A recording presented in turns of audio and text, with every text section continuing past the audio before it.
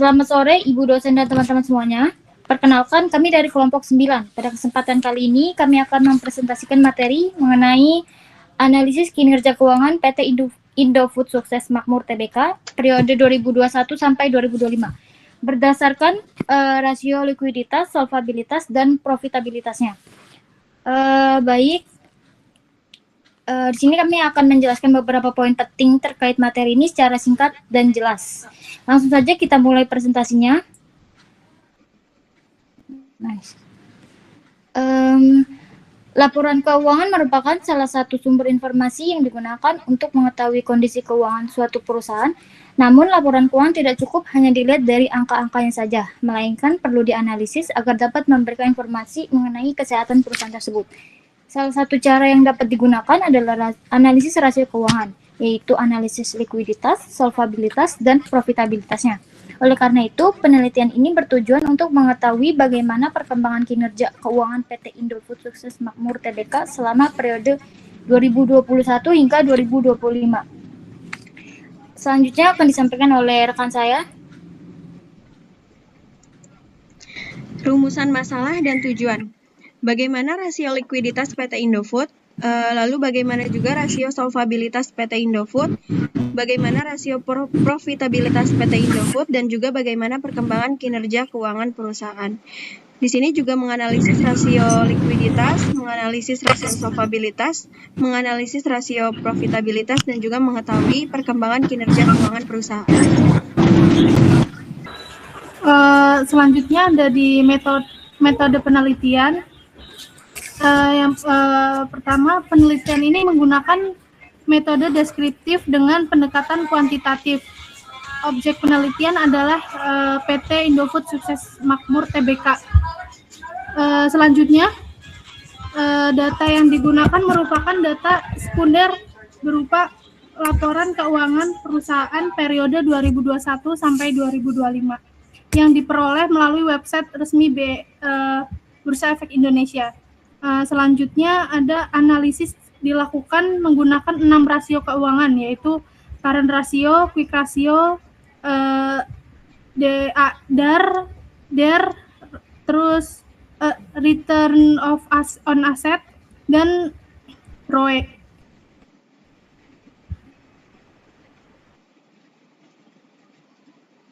Oke, selanjutnya hasil penelitian rasio likuiditas.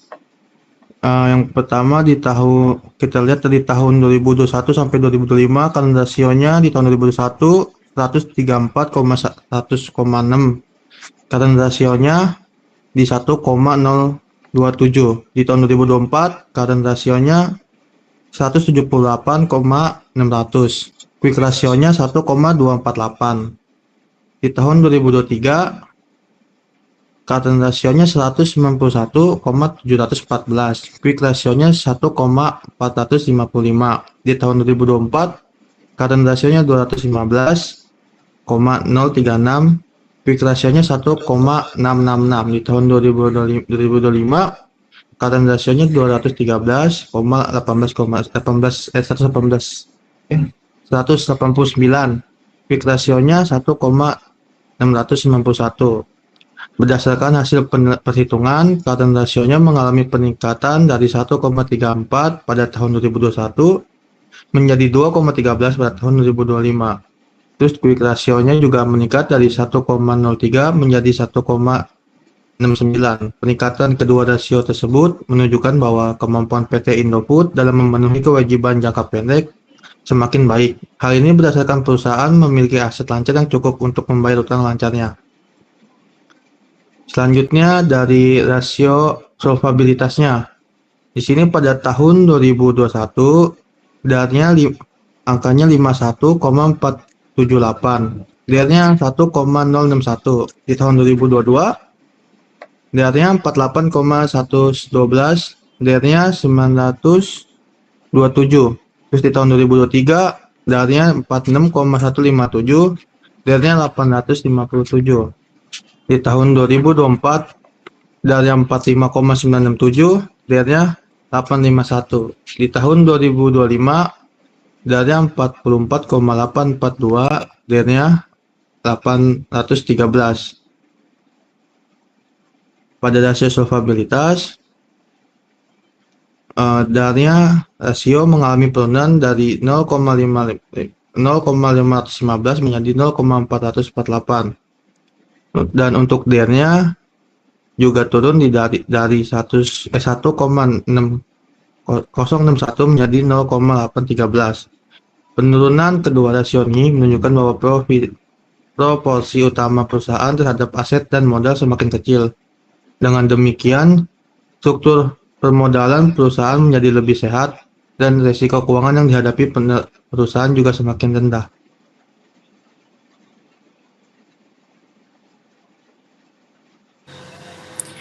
Selanjutnya, saya akan memaparkan hasil penelitian mengenai rasio profitabilitas yang dari PT Indofood Sukses Makmur Tbk berdasarkan tabel yang ditampilkan nilai ROA pada tahun 2021 di sini menunjukkan 6.264%, kemudian pada tahun 2022 mengalami penurunan menjadi 5.095%. Penurunan ini menunjukkan bahwa kemampuan perusahaan dalam menghasilkan laba dari total aset yang dimiliki sempat menurun. Namun pada tahun 2023 hingga tahun 2025 nilai ROA kembali mengalami peningkatan secara berturut-turut, yaitu menjadi 6.160%, kemudian 6.483% pada tahun 2025 mencapai 7.137%.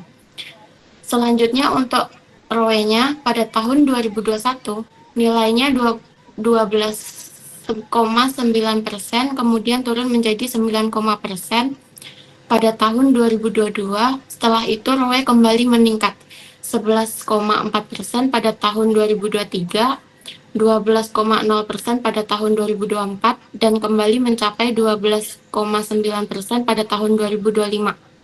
Secara keseluruhan dapat disimpulkan bahwa meskipun ROA dan ROE sempat mengalami penurunan pada tahun 2022, perusahaan berhasil memperbaiki kinerjanya pada tahun-tahun berikutnya.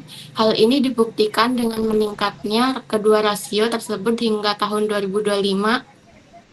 Dengan demikian, perusahaan dinilai semakin efisien dalam mengelola aset maupun modal untuk menghasilkan laba, sehingga kinerja keuangannya semakin membaik.